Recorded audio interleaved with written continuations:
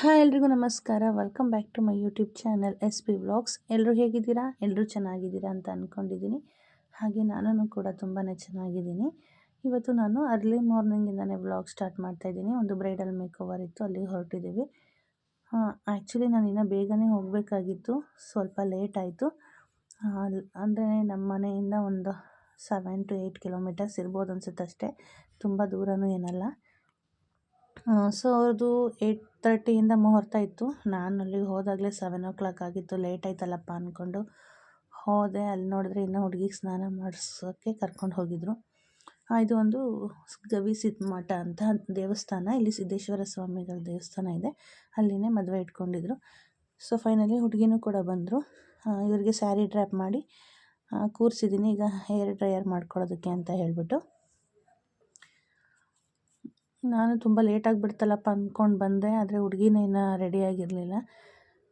So ಅವರು ನಾವು ಹೋದ್ಮೇಲೆ ಸ್ನಾನ ಎಲ್ಲ ಮಾಡಿಕೊಂಡು ಫ್ರೆಶ್ ಅಪ್ ಆಗಿ ಬಂದರು. ಸೊ ಈಗ ಹೇರ್ ಡ್ರೈ ಎಲ್ಲ ಮಾಡ್ಕೊಂಡಾಯಿತು. ಫೈನಲ್ ಈಗ ಮೇಕಪ್ನ ಸ್ಟಾರ್ಟ್ ಮಾಡಬೇಕು. ಇವರಿಗೆ ನಾನು ವೆಟ್ ವೈಪ್ಸಲ್ಲೆಲ್ಲ ಏನು ಕ್ಲೆನ್ಸ್ ಮಾಡಲಿಲ್ಲ, ಬಿಕಾಸ್ ಅವರು ಇವಾಗ ತಾನೇ ಸ್ನಾನ ಮಾಡ್ಕೊಂಡು ಬಂದಿದ್ದರಿಂದ ಫೇಸ್ ವಾಶ್ ಎಲ್ಲ ಅಪ್ಲೈ ಮಾಡಿರ್ತಾರಲ್ವ, ಅದೇ ಡೀಪ್ ಕ್ಲೆನ್ಸ್ ಆಗಿರುತ್ತೆ. ಮತ್ತು ನಾವು ಕ್ಲೆನ್ಸ್ ಮಾಡೋವಂಥ ನೆಸೆಸಿಟಿ ಏನಿರೋದಿಲ್ಲ. ಸೊ ಹಾಗಾಗಿ ಮತ್ತು ಅವ್ರದ್ದು ಸ್ಕಿನ್ ಸ್ವಲ್ಪ ಡ್ರೈ ಸ್ಕಿನ್ ಆಗಿರೋದ್ರಿಂದ ಟೋನರ್ನೂ ಕೂಡ ನಾನು ಅಪ್ಲೈ ಮಾಡಲಿಲ್ಲ, ಡೈರೆಕ್ಟಾಗಿ ಮಾಯ್ಶ್ಚರೈಸರ್ನ ಅಪ್ಲೈ ಮಾಡಿದ್ದೀನಿ. ಆ್ಯಂಡ್ ಇದು ಮಾಯ್ಶ್ಚರೈಸರ್ ಅಪ್ಲೈ ಮಾಡ್ತಿದ್ದಂಗೆ ಒಂದು 10 ಸೆಕೆಂಡ್ ಗ್ಯಾಪ್ ಬಿಟ್ಟು ನಂತರ ಪ್ರೈಮರ್ನ ಕೂಡ ಅಪ್ಲೈ ಮಾಡ್ತಾಯಿದ್ದೀನಿ. ಸೊ ಈಗ ನಾನು ಫೇಸಲ್ಲಿರೋಂಥ ಡಿಸ್ಕಲರೇಷನ್ ಎಲ್ಲ ನಾನು ಕರೆಕ್ಟ್ ಮಾಡ್ಕೊಳ್ತಾ ಇದ್ದೀನಿ, ಕಲರ್ ಕರೆಕ್ಟರ್ ಯೂಸ್ ಮಾಡಿಬಿಟ್ಟು. ಆ್ಯಕ್ಚುಲಿ ನಾವು ಫೇಸ್ನ 2 ವಿಧಾನದಲ್ಲಿ ನಾವು ಕಲರ್ ಕರೆಕ್ಷನ್ನ ಮಾಡ್ಕೊಳ್ಬೋದು. ಒಂದು ಆರೆಂಜ್ ಕರೆಕ್ಟರಲ್ಲಿ, ಇನ್ನೊಂದು ಬರೀ ಕನ್ಸಿಲರ್ನ ಯೂಸ್ ಮಾಡಿಕೊಂಡು. ಮುಂದಿನ ದಿನದಲ್ಲಿ ಅದ್ರ ಬಗ್ಗೆನೂ ಕೂಡ ಒಂದು ವಿಡಿಯೋನ ಮಾಡಿ ನಾನು ಅಪ್ಲೋಡ್ ಮಾಡ್ತೀನಿ. ಅಂದರೆ ಆರೆಂಜ್ ಕಲರಲ್ಲಿ ನಾವು ಕಲರ್ ಕರೆಕ್ಷನ್ ಮಾಡಿಕೊಂಡಾಗ ಫೌಂಡೇಶನ್ ಹಾಕಿದ್ಮೇಲೆ ಅದು ಯಾವ ರೀತಿ ಫಿನಿಶಿಂಗ್ ಬರುತ್ತೆ, ಕನ್ಸಿಲರಲ್ಲಿ ನಾವು ಕರೆಕ್ಷನ್ ಮಾಡಿಕೊಂಡಾಗ ಯಾವ ರೀತಿ ಫಿನಿಶಿಂಗ್ ಬರುತ್ತೆ ಮೇಕಪ್ಪು ಅನ್ನೋದ್ರ ಬಗ್ಗೆ. ಸೊ ಈಗೆಲ್ಲ ಬೇಗ ಮೇಕಪ್ ಸ್ಟಾರ್ಟ್ ಮಾಡ್ತಿದ್ದೆ. ಇವರಿಗೆ ಒಂದೇ ರೂಮ್ ಕೊಟ್ಟಿದ್ರು, ಅಂದರೆ ಹುಡುಗಿ ಮನೆಯವ್ರದ್ದು ಚಿತ್ರದುರ್ಗ, ಹುಡುಗನ ಕಡೆಯಿಂದ ನಾನು ಕೂಡ ಮೇಕಪ್ಗೆ ಬಂದಿದ್ದೆ. ಇದು ದೇವಸ್ಥಾನ ಆಗಿರೋದ್ರಿಂದ ಇಲ್ಲಿ ಎಕ್ಸ್ಟ್ರಾ ರೂಮ್ಸ್ ಏನೂ ಇಲ್ಲ. ಇದು ಹಾಸ್ಟೆಲ್ ಕೂಡ ಹೌದು. ಸೊ ಇಲ್ಲೇ ಕ್ಲಾಸ್ ರೂಮ್ ಇತ್ತಲ್ಲ, ಅದೇ ಒಂದು ರೂಮ್ ಕೊಟ್ಟಿದ್ರು. ಹುಡುಗಂಗೊಂದು ರೂಮು, ಹುಡುಗಿಗೊಂದು ರೂಮ್ ಅಂದ್ಬಿಟ್ಟು. ಹಂಗಾಗಿ ಸಿಕ್ಕಾಪಟ್ಟೆ ಜನ ಜಾಸ್ತಿ, ಏನೂ ಮಾಡೋಕ್ಕಾಗಲ್ಲ. ಒಂದೊಂದು ಕಡೆ ರೂಮ್ ಫೆಸಿಲಿಟೀಸ್ ಎಲ್ಲ ಚೆನ್ನಾಗಿರುತ್ತೆ, ನಾವೇ ಕೂಡ ಮೇಕಪ್ಗಂತಲೇ ಒಂದು ರೂಮ್ ಬಿಡಿಸ್ಕೊತೀವಿ. ಈಗ ಇಂಥ ಕಡೆ ಬಂದಾಗ ಏನೂ ಮಾಡೋದಕ್ಕಾಗಲ್ಲ, ನಾವು ಅಡ್ಜಸ್ಟ್ ಮಾಡ್ಕೊಳ್ಬೇಕು, ಅವ್ರು ಅಡ್ಜಸ್ಟ್ ಮಾಡ್ಕೋಬೇಕು. ನಮಗೆ ಕೆಲಸ ಮುಖ್ಯ. ಎಲ್ಲಾದರೂ ಆಯಿತು, ಮೇಕಪ್ ಮಾಡೋದಕ್ಕೆ ಏನಂತೆ, ಕೆಲಸ ಒಂದು ಕರೆಕ್ಟಾಗಿ ಮಾಡಿಕೊಟ್ರೆ ಸಾಕು ಅನ್ನೋದು ನಮ್ಮ ಮೈಂಡ್ಸೆಟ್ ಅಷ್ಟೇ. ನಾವು ಹೋಗಿದ್ದ ಕಡೆ ಎಲ್ಲ ನಮಗೆ ಇದೇ ರೀತಿ ಫೆಸಿಲಿಟಿ ಸಿಗಬೇಕು ಅನ್ನೋದು ತಪ್ಪು ನನ್ನ ಪ್ರಕಾರ. ಸೊ ಈಗ ಐ ಮೇಕಪ್ನೆಲ್ಲ ಮಾಡ್ಕೊಳ್ತಾ ಇದ್ದೀನಿ. ಐ ಮೇಕಪ್ನೂ ಅಷ್ಟೇ ಕೂಡ ಅವರಿಗೆ ಸ್ಯಾರಿ ಕಲರ್ಗೆ ಮ್ಯಾಚ್ ಮಾಡೋ ಹಾಗೆ ಮಾಡ್ಕೊಳ್ತೀನಿ. ಇನ್ ಕೇಸ್ ನಿಮ್ಮದು ಸ್ಯಾರಿ ಬ್ಲೂ ಗ್ರೀನ್ ಆ ಥರ ಎಲ್ಲ ಇತ್ತು ಅಂದರೆ, ಬ್ಲೂ ಗ್ರೀನ್ ಎಲ್ಲ ಹೈಲೈಟ್ ಐ ಮೇಕಪ್ ಮಾಡ್ಕೊಳ್ಳೋದಕ್ಕಾಗೋದಿಲ್ಲ, ತುಂಬ ಹೈಲೈಟು ಪಾರ್ಟಿ ಮೇಕಪ್ ಥರ ಕಾಣಿಸ್ಬಿಡುತ್ತೆ. ಸೊ ಹಾಗಾಗಿ ಸ್ಯಾರಿ ಬಾರ್ಡರ್ ಕಲರ್ಗೆ ಮ್ಯಾಚ್ ಆಗೋವಾಗಾದ್ರೂ ಐ ಮೇಕಪ್ನ ಮಾಡ್ಕೊಳ್ಬೇಕು. ಅಂದರೆ ಸೀರೆನೇ ಒಂದು ಕಲರು, ನಾವು ಐ ಮೇಕಪ್ಪೇ ಒಂದು ಕಲರ್ ಅಂತ ಅನಿಸಿದ್ರೆ ಮೇಕಪ್ ಲುಕ್ಕಾಗಿ ಕಾಣೋದಿಲ್ಲ. ಸೊ ಹಾಗಾಗಿ ಇದೊಂದು ಸ್ವಲ್ಪ ಕ್ರೀಮ್ ಕಲರು ಸ್ಯಾರಿ, ಒಂಥರ ಮೆರೂನ್ ಕಲರ್ ಬಾರ್ಡರ್ ಇತ್ತು, ಅದೆರಡಕ್ಕೂ ಮ್ಯಾಚ್ ಮಾಡಿ ನಾನು ಐ ಮೇಕಪ್ನ ಕೂಡ ಮಾಡ್ಕೊಳ್ತಾ ಇದ್ದೀನಿ.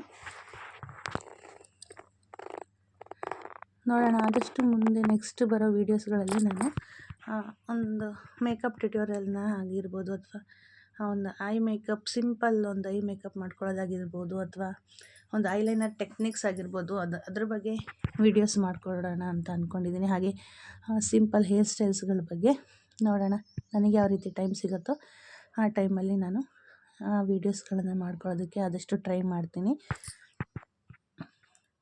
ಯಾಕಂದರೆ ವೀಡಿಯೋ ಮಾಡಿಕೊಡೋರು ಕೂಡ ಯಾರೂ ಇಲ್ಲ, ನಾವು ಒಬ್ಬರೇ ವೀಡಿಯೋ ಮಾಡಿಕೊಳ್ಬೇಕು. ಹಾಗಾಗಿ ನೋಡೋಣ, ನನಗೆ ಯಾವಾಗ ಸ್ವಲ್ಪ ಫ್ರೀ ಆಗುತ್ತೆ ಅನಿಸುತ್ತೋ ಆವಾಗ ನಾನು ಆ ಥರ ವೀಡಿಯೋಸ್ಗಳನ್ನ ಮಾಡಿ ಅಪ್ಲೋಡ್ ಮಾಡ್ತೀನಿ. So finally I makeup finish ಆಗ್ತಾ ಬಂತು. ಸಿಂಪಲ್ಲಾಗಿ ಐ ಮೇಕಪ್ನ ಮಾಡ್ಕೊಳ್ತಾ ಇದ್ದೀನಿ. ಹಾಗೆ ಮೇನ್ ಥಿಂಗು ಫೌಂಡೇಶನ್ ಯಾವ ರೀತಿ ಚೂಸ್ ಮಾಡ್ತೀವಿ ಅನ್ನೋದ್ರ ಬಗ್ಗೆ. ನಾವು ಫೌಂಡೇಶನ್ನ ಅಂದರೆ ಈಗ ನಾವು ಆರ್ಟಿಸ್ಟ್ಗಳಾಗಿದ್ದ ತಕ್ಷಣ ಎಲ್ಲ ಶೇಡ್ಗಳು ಫೌಂಡೇಶನ್ನ ನಾವು ಇಟ್ಕೊಂಡಿರೋದಿಲ್ಲ. ಯಾಕಂದರೆ ಒಬ್ಬೊಬ್ಬರ ಸ್ಕಿನ್ ಶೇಡ್ ಒಂದೊಂದು ಥರ ಇರುತ್ತೆ. ಹಾಗಾಗಿ ನಾವು ದುಡ್ದಿದ್ದೆಲ್ಲ ಬರೀ ಇದಕ್ಕೆ ಇನ್ವೆಸ್ಟ್ ಮಾಡಬೇಕಾಗತ್ತೆ. ಸೊ ಹಾಗಾಗಿ ನಮ್ಮ ಹತ್ರ ಇರೋ ಶೇಡ್ಗಳಲ್ಲೇ ನಾವು ಮಿಕ್ಸ್ ಆ್ಯಂಡ್ ಮ್ಯಾಚ್ ಮಾಡಿಬಿಟ್ಟು ಫೌಂಡೇಶನ್ನ ಅಪ್ಲೈ ಮಾಡ್ಕೊಳ್ತೀವಿ. ಇದ್ರದ್ದು ಟೆಕ್ನಿಕ್ಕು ಕೂಡ ನಾನು ನಿಮಗೆ ಹೇಳ್ಕೊಡ್ತೀನಿ, ಯಾವ ರೀತಿ ಮಿಕ್ಸ್ ಆ್ಯಂಡ್ ಮ್ಯಾಚ್ ಮಾಡಬೇಕು ನಮ್ಮ ಹತ್ರ ಎಕ್ಸಾಕ್ಟ್ ಸ್ಕಿನ್ ಶೇಡ್ ಇಲ್ಲ ಅಂದರೆ. ಹಾಗೆ ಮತ್ತು ಫೌಂಡೇಶನ್ ಯಾವ ರೀತಿ ಅಪ್ಲೈ ಮಾಡಬೇಕು ಅನ್ನೋದ್ರ ಬಗ್ಗೆನೂ ಕೂಡ ನಾನು ಮುಂದಿನ ದಿನದಲ್ಲಿ ವೀಡಿಯೋಗಳನ್ನ ಮಾಡಿ ಹಾಕ್ತೀನಿ.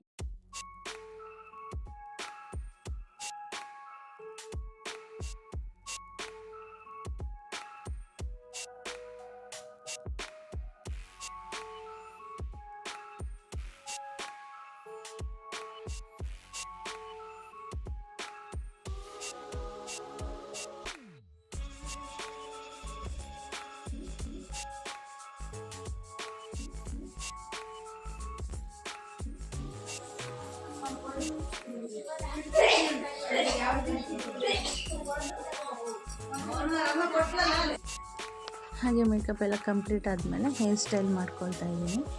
ನಾವು ಯೂಶ್ವಲಿ ಫಸ್ಟ್ ಮೇಕಪ್ನೇ ಮಾಡ್ಕೊಳ್ಳೋದು. ಹೇರ್ ಸ್ಟೈಲ್ ಮಾಡ್ಕೊಂಡ್ಬಿಟ್ಟು ಮೇಕಪ್ ಮಾಡ್ಕೊಳ್ಳೋದಿಲ್ಲ, ಯಾಕಂದರೆ ಮೇಕಪ್ಪು ಫಿಕ್ಸ್ ಆಗೋದಕ್ಕೆ ತುಂಬ ಸ್ವಲ್ಪ ಟೈಮ್ ಬೇಕಾಗುತ್ತೆ. ಹಾಗಾಗಿ ಪ್ರತಿಯೊಬ್ಬರನ್ನು ಕೂಡ ಅಷ್ಟೇ ಮೇಕಪ್ ಆರ್ಟಿಸ್ಟ್ಗಳು ಫಸ್ಟು ಮೇಕಪ್ ಮಾಡಿಕೊಂಡು ನಂತರ ಹೇರ್ ಸ್ಟೈಲ್ ಮಾಡ್ಕೊತೀವಿ. ಹೇರ್ ಸ್ಟೈಲ್ ಮಾಡೋ ಗ್ಯಾಪಲ್ಲಿ ಮೇಕಪ್ಪು ಕ್ಲೀನಾಗಿ ಫೇಸ್ಗೆ ಸೆಟ್ ಆಗಿರುತ್ತೆ. ಇಲ್ಲಾಂದರೆ ಫಸ್ಟೇ ಹೇರ್ ಸ್ಟೈಲ್ ಮಾಡಿ ನಂತರ ಮೇಕಪ್ ಮಾಡಿ ಕಳಿಸಿದ್ವಿ ಅಂದರೆ ಅದು ಪ್ಯಾಚಿ ಅನಿಸುತ್ತೆ, ಸ್ಕಿನ್ನಿಗೆ ನೀಟಾಗಿ ಕವರ್ ಆಗಿರೋದಿಲ್ಲ, ಒಂಥರ ನೋಡೋದಕ್ಕೂ ಕೂಡ ಚೆನ್ನಾಗಿ ಕಾಣಿಸೋದಿಲ್ಲ. ಹಾಗಾಗಿ ಮುಂಚೆ ಮೇಕಪ್ ಮಾಡಿಕೊಂಡು ನಂತರ ಕೊನೆಯಲ್ಲಿ ಹೇರ್ ಸ್ಟೈಲ್ನ ಮಾಡ್ಕೊಳ್ತೀವಿ.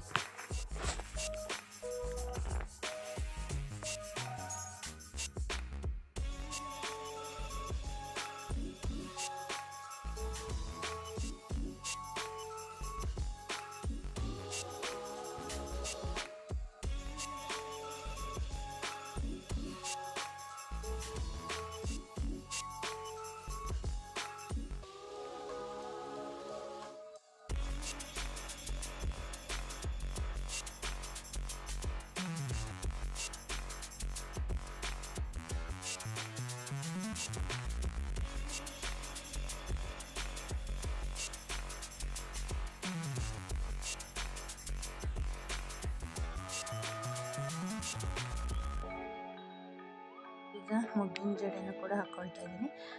ಇವ್ರು ಈ ಥರ ಮೊಗ್ಗಿನ ಜಡೆ ತರಿಸಿದ್ರು. ಫಸ್ಟ್ ಎಲ್ಲ ಬರ್ತಾಯಿತ್ತಲ್ಲ ಆ ಥರ ಮೊಗ್ಗಿನ ಜಡೆನ. ಈಗೆಲ್ಲ ಸಾಮಾನ್ಯ ಜಡೆ ಬಿಲ್ಲೆಯಲ್ಲೇ ಮೊಗ್ಗಿನ ಜಡೆ ಮಾಡಿಕೊಡ್ತಾರೆ. ಬಟ್ ಇವ್ರು ಈ ಥರ ಫುಲ್ಲು ಮೊಗ್ಗಿಂದು ತರಿಸಿದ್ರು.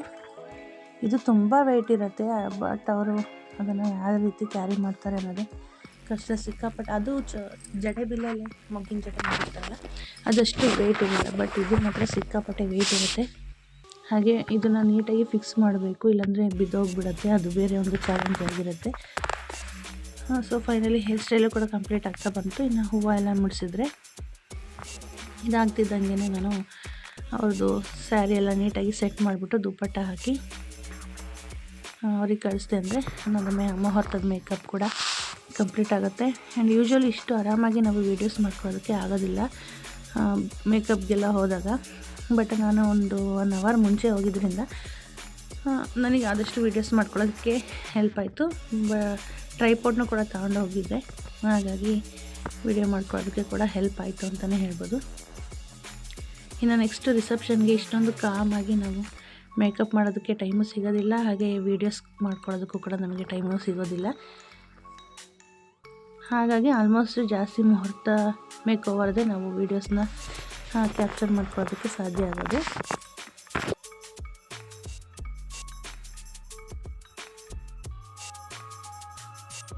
ಸ್ಯಾರಿ ನೆರಿಗೆ ಎಲ್ಲ ಕರೆಕ್ಟಾಗಿ ಮಾಡ್ತಾಯಿದ್ದೀನಿ. ಅಂದರೆ ಕೂತ್ಕೊಂಡಿರ್ತಾರಲ್ಲ ಆಚೆ ಈಚೆ ಆಗಿರುತ್ತೆ ನೆರಿಗೆ ಎಲ್ಲ, ಹಾಗಾಗಿ ಸ್ಯಾರಿ ಎಲ್ಲ ನೀಟಾಗಿ ಸೆಟ್ ಮಾಡಿಬಿಟ್ಟು ನಂತರ ಅವ್ರಿಗೆ ಸೊಂಟದ ಪಟ್ಟಿ ಹಾಕಿ ದುಪ್ಪಟ್ಟ ಒಂದು ಒದ್ದಿಸಿ ಕಳಿಸ್ಬಿಟ್ಟು ನಂದು ಮೇಕ್ ಓವರ್ ಫುಲ್ ಕಂಪ್ಲೀಟ್ ಆಗುತ್ತೆ. 7 o'clock ಬಂದ್ರೂ ಕೂಡ ಅವರು ಹೇಳಿದ್ದಕ್ಕಿಂತ ಒಂದು 20 ಮಿನಿಟ್ಸ್ ಬೇಗನೆ ಮೇಕಪ್ನ ಕಂಪ್ಲೀಟ್ ಮಾಡಿಕೊಟ್ಟೆ. ಅವರು ಕೂಡ ಖುಷಿಯಾದರು, ನಮಗೂ ಕೂಡ ಖುಷಿ ಆಯಿತು. ನಾನು ಎಲ್ಲಿ ಲೇಟ್ ಆಗಿಬಿಡುತ್ತೆ ಮೇಕಪ್ ಮಾಡ್ಕೊಳ್ಳೋದಕ್ಕೆ, ನಮಗೆ ಟೈಮ್ ಸಿಗೋಲ್ಲ ಮೇಕಪ್ ಮಾಡೋಕ್ಕೆ ಅಂತ ಅಂದ್ಕೊಂಡೆ. ಬಟ್ ಇಲ್ಲ, ಏನೇ ಒಂದಾದ್ರೂ ಅಷ್ಟೇ ಟೆನ್ಷನ್ ಮಾಡಿಕೊಂಡು ಮೇಕಪ್ ಎಲ್ಲ ಮಾಡಿ, ಯಾವುದೇ ಕೆಲಸ ಆದರೂ ಅಷ್ಟೇ, ಬರೀ ಮೇಕಪ್ ಅಂತ ಅಲ್ಲ, ಆ ಟೆನ್ಷನ್ ಮಾಡಿಕೊಂಡು ನಾವು ಕೆಲಸ ಮಾಡಿದಷ್ಟು ಅದು ರಿಸಲ್ಟ್ ಕೂಡ ಚೆನ್ನಾಗಿ ಬರೋದಿಲ್ಲ. ಆ್ಯಂಡ್ ಕಾಮಾಗಿ ಕಂಪೋಸ್ಡಾಗಿ ನಾವು ಕೆಲಸ ಮಾಡಿದ್ರೇ ಅದು ಕೂಡ ಒಂದು ಪರ್ಫೆಕ್ಟಾಗಿ ಬರುತ್ತೆ. ಅಯ್ಯೋ ಟೈಮ್ ಆಯ್ತಲ್ಲಪ್ಪ ಏನು ಮಾಡೋದು ಅಂತ ಹೇಳಿ ನಾವೇ ತುಂಬ ಟೆನ್ಸ್ಡ್ ಆದ್ವಿ ಅಂತಂದರೆ ನಾವು ಎಷ್ಟೇ ಚೆನ್ನಾಗಿ ವರ್ಕ್ ಮಾಡಿದ್ರೂ ಕೂಡ ಅದು ನಮಗೆ ಸ್ಯಾಟಿಸ್ಫ್ಯಾಕ್ಷನ್ ಅನಿಸೋದಿಲ್ಲ. ಇವಾಗ ದುಪ್ಪಟ್ಟನ ಹಾಕ್ತಾಯಿದ್ದೀನಿ. ಇದು ಹಾಕ್ತಿದ್ದಂಗೆ ಇವ್ರದ್ದು ಮೇಕಪ್ ಫುಲ್ ಕಂಪ್ಲೀಟ್ ಆಗುತ್ತೆ. ನಾನು ಒಂದು 20 ಮಿನಿಟ್ಸ್ ಮುಂಚೆನೇ ಮೇಕಪ್ ಮಾಡಿ ಹುಡುಗಿನ ಕಳಿಸ್ದೆ. ಫೋಟೋಶೂಟೆಲ್ಲ ಇತ್ತು ಮತ್ತು ಇನ್ನವರು ಬಾಸಿಂಗ ಎಲ್ಲ ಕಟ್ಟಿರಲಿಲ್ಲ, ಹಾಗಾಗಿ ಬೈತಲೇ ಬೊಟ್ಟನ್ನು ಕೂಡ ಸ್ವಲ್ಪ ಮೇಲೇ ಹಾಕಿದ್ದೀನಿ. ಸೊ ನೀವು ನೋಡ್ತಾ ಇರ್ಬೋದು, ನಾನು ಕ್ಲಿಪ್ಪಿಂಗ್ಸ್ ಕೂಡ ಹಾಕಿದ್ದೀನಿ ಇಲ್ಲಿ ಫೋಟೋಸ್ನ ಯಾವ ರೀತಿ ಮೇಕಪ್ ಬಂತಂತ ಹೇಳ್ಬಿಟ್ಟು. ಈ ಮೇಕಪ್ ಲುಕ್ ನಿಮಗೆ ಇಷ್ಟ ಆಗಿತ್ತು ಅಂತ ಅಂದರೆ ಕಮೆಂಟ್ ಸೆಕ್ಷನಲ್ಲಿ ಕಮೆಂಟ್ ಮಾಡಿ ತಿಳಿಸಿ. ಹಾಗೆ ಹುಡುಗಿದ ಮೇಕಪ್ ಆಗ್ತಿದ್ದಂಗೆ ಇಬ್ಬರು ಚಿಕ್ಕ ಹುಡುಗಿರಿದ್ರು, ಅವ್ರಿಗೂ ಕೂಡ ಮೇಕಪ್ ಮಾಡಿದೆ. ಆ್ಯಕ್ಚುಲಿ ಇದು ನಮ್ಮ ಮನೆಯವ್ರ ಫ್ರೆಂಡ್ ಅಂದೆ ಮದುವೆ, ಹಾಗಾಗಿ ಅವರು ಕೂಡ ನನ್ನ ಜೊತೆಗೆ ಬಂದಿದ್ದರು. ಬಾಕಿ ಎಲ್ಲ ಆದರೆ ಅವರು ಡ್ರಾಪ್ ಮಾಡಿಬಿಟ್ಟು ಹೋಗ್ತಾಯಿದ್ರು. ಅವ್ರ ಫ್ರೆಂಡೇ ಮದುವೆ ಎಲ್ಲ ಮತ್ತೆ ಮನೆಗೆ ಹೋಗಿ ಬರೋದು ಇನ್ನೇನು ಅಂತ ಹೇಳ್ಬಿಟ್ಟು ಅವರು ನನ್ನ ಜೊತೆಗೇ ಇದ್ದರು. ಈಗ ಟಿಫನ್ ಮಾಡ್ತಾಯಿದ್ದೀವಿ. ಟೊಮೆಟೊ ಬಾತ್ ಮತ್ತು ಕೇಸರಿ ಬಾತ್ ಮಾಡಿದರು ಟಿಫನ್ಗೆ. ಮೇಕಪ್ ಎಲ್ಲ ಮುಗೀತು, ನಮ್ಮದು ಟಿಫನ್ ಆಯಿತು. ಸೊ ಈಗ ಒಂದು ಸ್ವಲ್ಪ ರೆಸ್ಟ್ ಮಾಡೋಣ ಅಂತ ಬಂದೆ, ಕಾರಲ್ಲೇ ಕೂತಿದ್ದೀನಿ. ಅವ್ರಿನ್ನ ಎಬ್ಬಿಸ್ಬೇಕು ಮುಹೂರ್ತದಿಂದ. ಇನ್ನು ನಕ್ಷತ್ರ ತೋರಿಸಿ ಫೋಟೋಶೂಟ್ ಎಲ್ಲ ಆಗೋಷ್ಟರಲ್ಲಿ ಒಂದು 11:30 ಆಗ್ಬೋದು. ಈಗಿನ 9:15 ಟೈಮು. ಇನ್ನು 2 ಅವರ್ ನಾನಲ್ಲಿ ಕೂತ್ಕೊಂಡು ಏನು ಮಾಡೋದು ಅಂತ ಹೇಳ್ಬಿಟ್ಟು ಕಾರಲ್ಲೇ ಸ್ವಲ್ಪ ರೆಸ್ಟ್ ಮಾಡೋಣ ಅಂತ ಬಂದೆ. ನೋಡಬೇಕು ಅವ್ರಿನ್ನ ಎಷ್ಟು ಗಂಟೆಗೆ ಕರೀತಾರೆ ಅಂತ. ಆಮೇಲೆ ಒಂದೇ ಅರ್ಜೆಂಟ್ ಮಾಡ್ತಾರೆ, ರಿಸೆಪ್ಷನಿಗೆ ರೆಡಿ ಮಾಡೋದಕ್ಕೆ ಟೈಮೇ ಸಿಗೋದಿಲ್ಲ. ಬೇಗ ಅಂದರೆ ಎಬ್ಸೋದಿಲ್ವಲ್ಲ ಜನಗಳು ಮುಹೂರ್ತ ಮಾಡೋವರೆಗೂ, ಹಾಗಾಗಿ ನೋಡಬೇಕು ಎಷ್ಟೊತ್ತಿಗೆ ಎಬ್ಸ್ತಾರೆ, ನಮಗೆ ಎಷ್ಟು ಟೈಮ್ ಸಿಗುತ್ತೆ ಅಂತ. ಮುಹೂರ್ತಕ್ಕೆ ಅಂದರೆ ನಾವು ಮನೆಯಿಂದ ಬೇಗ ಹೊರಡ್ತೀವಿ ಅಥವಾ ನೈಟ್ ಇಲ್ಲೇ ಉಳ್ಕೊಂಡಿದ್ವಿ ಅಂದರೆ 1-2 ಅವರ್ಸ್ ಮುಂಚೆನೇ ಅವ್ರನ್ನ ಎಬ್ಬಿಸ್ತೀವಿ. ಹಾಗಾಗಿ ನಮಗೆ ಮುಹೂರ್ತಕ್ಕೆಲ್ಲ ರೆಡಿ ಮಾಡೋಕ್ಕೆ ಮ್ಯಾಕ್ಸಿಮಮ್ ಅಂದರೆ 1-2 ಅವರ್ ಟೈಮ್ ಸಿಗುತ್ತೆ. ಬಟ್ ರಿಸೆಪ್ಷನಿಗೆ ಆಗೋದೇ ಇಲ್ಲ. ಜಾಸ್ತಿ ಅಂದರೆ ಅರ್ಧ ಗಂಟೆ ಟೈಮ್ ಸಿಕ್ಕಿದ್ರೆ ಹೆಚ್ಚಾಗುತ್ತೆ. ಒಂದೊಂದು ಸರ್ತಿ 1/4 ಗಂಟೆಗೆ ಅಷ್ಟರಲ್ಲೇ ರೆಡಿ ಮಾಡಬೇಕಾಗಿರುತ್ತೆ. ಸೊ ನಾವು ಹೆಂಗಾಗುತ್ತೆ ಹಂಗೆ ಟೈಮ್ ಕನ್ವೀನಿಯೆಂಟ್ ಮಾಡಿಕೊಂಡು ರೆಡಿ ಮಾಡ್ತೀವಿ. ಹುಡುಗ ಹುಡುಗಿದು ಟಿಫನ್ ಆಗಿ ಫೋಟೋಶೂಟ್ ಎಲ್ಲ ಮುಗಿಸ್ಕೊಂಡು ಬಂದ್ರಂತೆ. ನಮ್ಮ ಮನೆಯವ್ರು ಕರಿಯೋಕ್ಕೆ ಬಂದಿದ್ದರು. ಹೋಗಿ ಮತ್ತೆ ಮೇಕಪ್ ಮಾಡೋಣ ಅಂತ ಹೇಳ್ಬಿಟ್ಟು ಕಿಟ್ನ ತಗೊಂಡು ಹೋಗ್ತಾ ಇದ್ದೀನಿ. ಮೇಕಪ್ ಮಾಡಿದ ವೀಡಿಯೋಸ್ನೇನು ಕ್ಯಾಪ್ಚರ್ ಮಾಡ್ಕೊಳ್ಳೋಕ್ಕಾಗಿಲ್ಲ. ಫೈನಲಿ ಮೇಕಪ್ ಮುಗಿದ್ಮೇಲೆ ಒಂದು ಕ್ಲಿಪ್ಪಿಂಗ್ಸ್ನ ತಗೊಂಡೆ. ಈ ರೀತಿ ರಿಸೆಪ್ಷನ್ಗೆ ಮೇಕಪ್ ಮಾಡಿದ್ದೆ. ಸೊ ಈ ಮೇಕಪ್ ಎಲ್ಲ ಮುಗಿಸ್ಕೊಂಡು ನಾವು ಕೂಡ ಈಗ ಮನೆ ಕಡೆ ಹೊರಡ್ತಾ ಇದ್ದೀವಿ. ಕಿಟ್ನೆಲ್ಲ ಊಟ ಮಾಡ್ಕೊಬರ್ತೀವಿ. ಮನೆ ಹತ್ರ ಒಂದು ಫಂಕ್ಷನ್ ಇತ್ತು, ಹಾಗಾಗಿ ನಾನು ನನ್ನ ಮಗ ಅಲ್ಲಿಗೆ ಹೋಗ್ಬೇಕು. ಈಗ ನಮ್ಮನೆಯವರು ಊಟ ಮುಗಿಸ್ಕೊಂಡು ಬಂದರು. ಇನ್ನು ಮನೆ ಕಡೆ ಹೊರಟ್ವಿ. ಸೀಮಂತಕ್ಕೆ ಒಂದು 2 ಗಂಟೆ 2:15 ಅಷ್ಟರಲ್ಲಿ ಹೋಗೋಣ ಅಂತ ಹೇಳ್ಬಿಟ್ಟು ನೋಡೋಣ. ಆದರೆ ಅದು ವ್ಲಾಗ್ನ ನಿಮ್ಮ ಜೊತೆ ಶೇರ್ ಮಾಡ್ತೀನಿ. ನಾನು ಇದೇ ವ್ಲಾಗ್ನೇ ಕಂಟಿನ್ಯೂಷನ್ ಮಾಡ್ತಾಯಿದ್ದೀನಿ. ಸೀಮಂತದ ಫಂಕ್ಷನಲ್ಲಿ ವೀಡಿಯೋಸ್ ಎಲ್ಲ ಕ್ಯಾಪ್ಚರ್ ಮಾಡ್ಕೊಳ್ಳೋಕ್ಕಾಗಲಿಲ್ಲ. ನನಗೂ ಕೂಡ ನಿನ್ನೆಯಿಂದ ನನ್ನ ಮಗನ ಫ್ಯಾನ್ಸಿ ಡ್ರೆಸ್ ಕಾಂಪಿಟೇಷನ್ ಇತ್ತು. ಇವತ್ತು ಮದುವೆದು ಎಲ್ಲ ಮೇಕಪ್ ಎಲ್ಲ ಮಾಡಿಬಿಟ್ಟು ತುಂಬ ಟಯರ್ಡ್ ಆಗ್ತಾಯಿತ್ತು. ಸೊ ಅಲ್ಲಿಂದ ಸೀಮಂತದ ಫಂಕ್ಷನ್ ಎಲ್ಲ ಮುಗಿಸ್ಕೊಂಡು ಬರ್ತಿದ್ದಂಗೆ ಮಲ್ಕೊಂಡಿದ್ದೆ. ಇನ್ನು ನೈಟ್ ಊಟಕ್ಕೆ ನಮ್ಮ ಮನೆಯವರು ಎಗ್ ರೈಸ್ ಮಾಡ್ತೀನಿ ಅಂತ ಹೇಳ್ಬಿಟ್ಟು ಅವರೆಲ್ಲ ರೆಡಿ ಮಾಡ್ಕೊಂಡಿದ್ದಾರೆ. ಸಿಂಪಲಾಗಿ ಎಗ್ ರೈಸ್ ಮಾಡ್ತೀನಿ ಅಂತ ಹೇಳ್ಬಿಟ್ಟು ಇನ್ನು ಮೊಟ್ಟೆ ಸಾಂಬಾರೆಲ್ಲ ಮಾಡಲಿಲ್ಲ. ಇನ್ನು ಸೋಮವಾರ ತಿನ್ನೋದು ಇಲ್ಲ ಉಳಿದ್ರೆ ಅಂತ ಹೇಳ್ಬಿಟ್ಟು ಈಗ ಎಗ್ ರೈಸ್ನೇ ಮಾಡ್ತಾಯಿದ್ದಾರೆ. ನಮ್ಮನೆಯವರು egg rice, liver fry, chicken fry ಮತ್ತು ಟೊಮೆಟೊ ಗೊಜ್ಜು, ಮೊಟ್ಟೆ ಸಾಂಬಾರು ಈ ಅಡುಗೆಗಳನ್ನೆಲ್ಲ ಚೆನ್ನಾಗಿ ಮಾಡ್ಕೊಳ್ತಾರೆ. ಅಂದರೆ ನಾನು ಇಲ್ಲ ಅಂತ ಅಂದ್ರೂ ಕೂಡ ಅವರು ಮನೆಯಲ್ಲೇ ಮಾಡಿಕೊಂಡು ಊಟ ಮಾಡ್ತಾರೆ. ಅಂದರೆ ಬೆಳಗ್ಗೆ ಟಿಫನ್ ಎಲ್ಲ ಮಾಡ್ಕೊಳ್ಳೋದಿಲ್ಲ ಅವರು, ಹಾಕಿಬಿಟ್ಟು ಈವ್ನಿಂಗ್ ಮಾತ್ರ ಮಾಡ್ಕೊಂಡು ಮನೆಯಲ್ಲೇ ಅಡುಗೆನ ತಿಂತಾರೆ. ಕೇಳ ಪಾಪು ನಿಮ್ಮಪ್ಪ. ಎಗ್ ರೈಸ್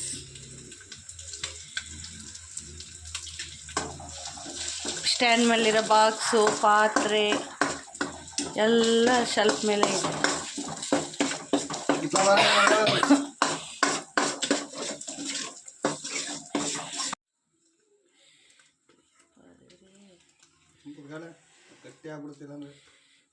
ಸಾಕು ಬಿಡ್ರಿ, ಅನ್ನಕ್ಕೆ ಉಪ್ಪು ಹಾಕಿದ್ದೀನಿ.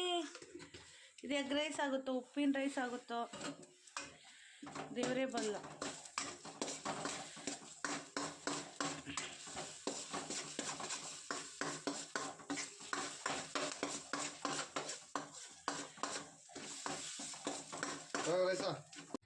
ಅಡುಗೆ ಮಾಡುವಾಗ ನಮ್ಮ ಮನೆಯವ್ರಿಗೆ ತುಂಬ ಡಿಸ್ಟರ್ಬ್ ಮಾಡ್ತಾಯಿದ್ದೆ ನಾನು. ಅದು ಹಾಕ್ಬೇಡ, ಇದು ಹಾಕ್ಬೇಡ, ಅದು ಸ್ವಲ್ಪ ಹಾಕ್ರಿ, ಇದು ಸ್ವಲ್ಪ ಹಾಕ್ರಿ ಅಂತ. ಅದಕ್ಕೆ ಬೈತಾಯಿದ್ರು, ನೀನು ಬಾಯಿ ಮುಚ್ಕೊಂಡು ಹೋಗಿ ಕೂತ್ಕೋ, ನಾನು ಎಲ್ಲ ರೆಡಿ ಮಾಡಿಬಿಟ್ಟು ಕರಿತೀನಿ ಅಂತ ಹೇಳ್ಬಿಟ್ಟು.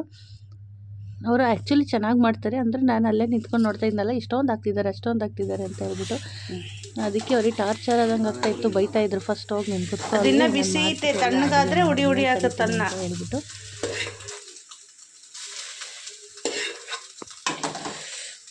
ಇನ್ನೂ ಸ್ವಲ್ಪ ಹಾಕ್ರಿ.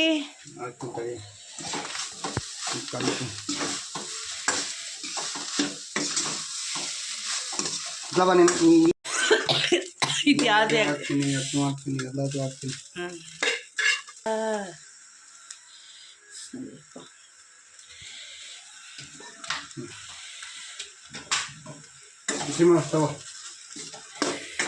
ಪೆಪ್ಪರ್ ಪೌಡ್ರ್ ಹಾಕಿದ್ರಾ? ಹಾಂ, ಬಿಸಿ ಬಿಸಿ ಸ್ಪೈಸಿ ಆಗಿರೋಂಥ ಎಗ್ ರೈಸ್ ಮಾಡ್ತಾಯಿದ್ದಾರೆ ನಮ್ಮ ಯಜಮಾನ್ರು. ಅವರಿಗೆ ಪ್ಲಂಬಿಂಗ್ ಕೆಲಸ ಬಿಟ್ಟು ಒಂದು ಎಗ್ ರೈಸ್ ಸ್ಟಾಲ್ ಹಾಕ್ಕೊಡ್ಬೇಕು ಮುಂದಿನ ದಿನಗಳಲ್ಲಿ. ಹಿಂಗೆ ಲಿವರ್ ಫ್ರೈ ಎಲ್ಲ ಸಖತ್ತಾಗಿ ಮಾಡ್ತಾರೆ, ಎಗ್ ರೈಸು ಮಾಡ್ತಾರೆ. ಸಾಕು, ಎಗ್ ರೈಸ್, ಲಿವರ್ ಫ್ರೈ.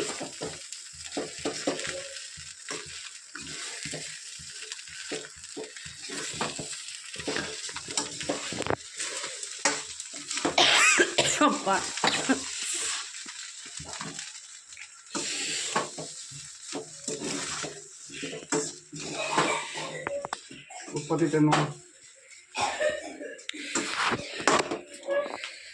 ಸ್ವಲ್ಪ ಸ್ವಲ್ಪ ಹಾಕಪ್ಪ.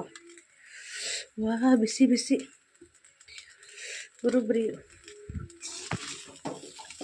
ಉಪ್ಪು ಹಾಕ್ಬೇಕು, ಉಪ್ಪು.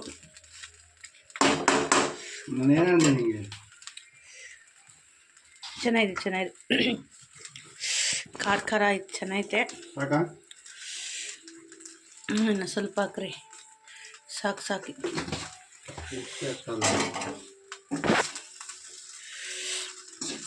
ಪೆಪ್ಪರ್ ಪೌಡ್ರ್ ಹಾಕಿದ್ರಾ? ಯಾವಾಗ?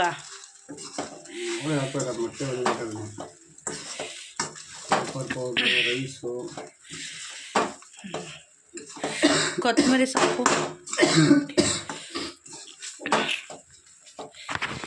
Bachelor egg rice.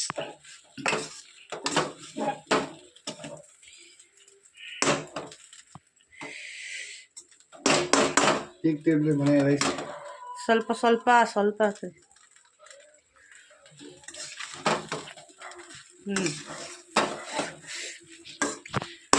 ಬರ್ರಿ, ಸಾಕು. ಕೊತ್ತಂಬರಿ ಸೊಪ್ಪು ಹಾಕ್ರಿ.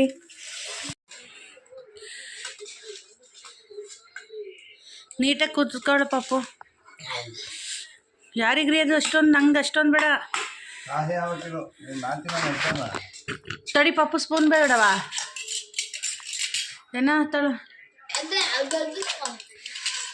ತಗೊಳ್ಳಿ. ಸೊ ನಾವೀಗ ಎಲ್ಲರೂ ಒಟ್ಟಿಗೆ ಕೂತ್ಕೊಂಡು ಊಟ ಮಾಡ್ತಾಯಿದ್ದೀವಿ. ನಮ್ಮನೇಲಿ ಯಾವಾಗಲೂ ಅಷ್ಟೇ ಕೆಳಗಡೆನೇ ಕೂತ್ಕೊಂಡು ನಾವು ಊಟ ಮಾಡೋದು. ನಮ್ಮನೆಯವ್ರು ಮಾತ್ರ ಮೇಲ್ಗಡೆ ಕೂತ್ಕೊಂಡು ತಿನ್ನೋದಿಲ್ಲ. ಅನ್ಕೋಬೋದು, ಇವ್ರ ಮನೇಲಿ ಡೈನಿಂಗ್ ಟೇಬಲ್ ಇಲ್ಲ, ಅದಕ್ಕೆ ಸುಮ್ಮನೆ ಈ ಥರ ಹೇಳ್ತಾ ಇದ್ದಾರೆ ಅಂತ ಹೇಳ್ಬಿಟ್ಟು. ಹಾಗಲ್ಲ, ನಮ್ಮನೆಯವರು ಯಾವಾಗಲೂ ಅಷ್ಟೇ ಕೆಳಗಡೆನೇ ಕೂತ್ಕೊಂಡು ಊಟ ಮಾಡೋದು. ನಾವಾದ್ರೂ ಅಷ್ಟೇ ಎಲ್ಲರೂ ಒಟ್ಟಿಗೆ ಕೂತ್ಕೊಂಡು ಊಟ ಮಾಡೋದ್ರಲ್ಲೇ ಏನೋ ಒಂಥರ ಖುಷಿ ಇರುತ್ತೆ. ಬೆಳಗಿಂದ ಎಲ್ಲ ನಮ್ಮ ಕೆಲಸಗಳಲ್ಲೇ ಬ್ಯುಸಿಯಾಗಿರ್ತೀವಿ. ಅಟ್ಲೀಸ್ಟ್ ನೈಟ್ ಆದರೂ ಒಟ್ಟಿಗೆ ಹಿಂಗೆಲ್ಲ ಕೂತ್ಕೊಂಡು ಊಟ ಮಾಡೋದು ಏನೋ ಒಂಥರ ಖುಷಿ ಸಿಗುತ್ತೆ ಮನಸ್ಸಿಗೂ ಕೂಡ. ಆ್ಯಂಡ್ ಎಗ್ ರೈಸ್ ಮಾತ್ರ ಸೂಪರಾಗಿ ಮಾಡಿದರು ನಮ್ಮ ಮನೆಯವರು. ಸೊ ನನ್ನ ಈ ವ್ಲಾಗ್ನ ಇಲ್ಲಿಗೆ ಮುಗಿಸ್ತಾ ಇದ್ದೀನಿ. ಈ ವ್ಲಾಗ್ ಇಷ್ಟ ಆಗಿದರೆ ಲೈಕ್ ಮಾಡಿ, ಶೇರ್ ಮಾಡಿ, ಹಾಗೆ ಕಮೆಂಟ್ ಮಾಡಿ. ಹಾಗೆ ನನ್ನ ಚಾನಲ್ನ ಯಾರೆಲ್ಲ ಸಬ್ಸ್ಕ್ರೈಬ್ ಮಾಡಿಲ್ವೋ ನನ್ನ ಚಾನಲ್ನ ಸಬ್ಸ್ಕ್ರೈಬ್ ಮಾಡಿ ಅಂತ ಹೇಳ್ತಾ, ಮುಂದಿನ ವಿಡಿಯೋದಲ್ಲಿ ಮತ್ತೆ ಸಿಗ್ತೀನಿ. ಅಲ್ಲಿವರೆಗೂ ಎಲ್ರಿಗೂ ಧನ್ಯವಾದಗಳು.